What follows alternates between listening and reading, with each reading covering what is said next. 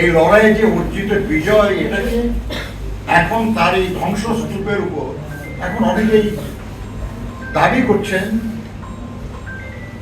যে তারাই জানেন ভালো কিসে জনগণের কল্যাণ, আর কেউ জানে না।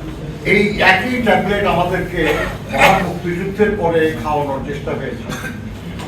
এমনকি যারা মুক্তিযুদ্ধে যায় নাই তারা পর্যন্ত আমাদেরকে মুক্তিযুদ্ধের চেতনা শেখানোর চেষ্টা করে। কি আকাঙ্ক্ষা নিয়ে যুদ্ধটা করেছিলাম আমরা, কিন্তু অবাক বিশ্বে দেখি যারা যুদ্ধেও যায় নাই কিংবা যুদ্ধের সময় যাদেরকে আমরা বিভিন্ন হোটেল রেস্টুরেন্টে দেখছি, তারা আমাদেরকে শেখায় মুক্তিযুদ্ধের এটা ছিল আকাঙ্ক্ষা।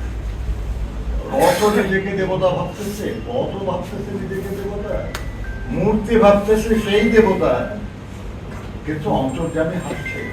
এই লড়াইয়ের সময়টা না। এই লড়াইয়ে যারা শহীদ হয়েছেন শুধু সম্প্রতি না, এই গত 15 বছর ধরে যারা গুম হয়েছেন, যারা খুন হয়েছেন, যারা নানাভাবে নির্যাতিত হয়েছেন, হয়রানি হয়েছেন, এই বিজয়ে তাদেরও অংশগ্রহণ আছে। এই অতি সাম্প্রতিক আন্দোলনে যারা জীবন দিয়েছেন, এর মধ্যে ছাত্র আছে, শ্রমিক আছে, সাধারণ গ্রামের মানুষ আছে, নারী আছে, শিশুও আছে।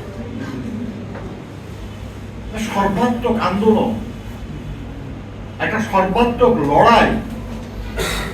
এই লড়াইয়ে সবাই মিলে এটা করে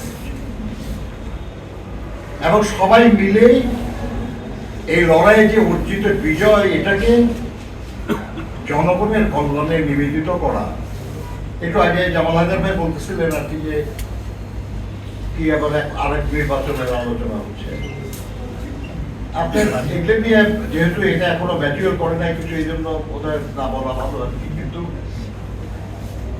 আকাঙ্ক্ষাটা কি মানুষের, যে ফ্যাসিবাদের পতন ঘটেছে, এখন তার এই ধ্বংসস্তূপের উপর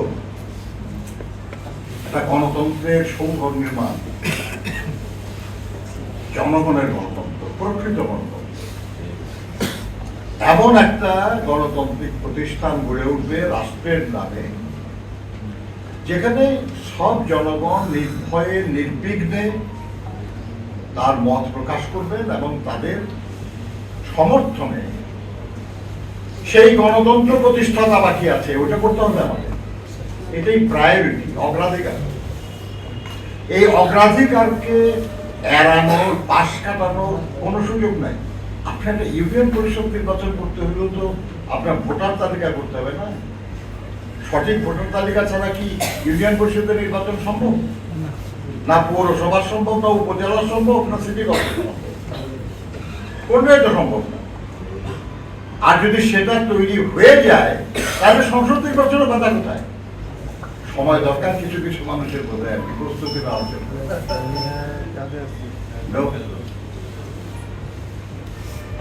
কারো চাষা আছে সেটা পূরণের জন্য জনগণ তার যে অধিকার দীর্ঘ 15-16 বছর প্রয়োগ করতে পারে নাই, ওই অধিকার থেকে বঞ্চিত হতে পারে।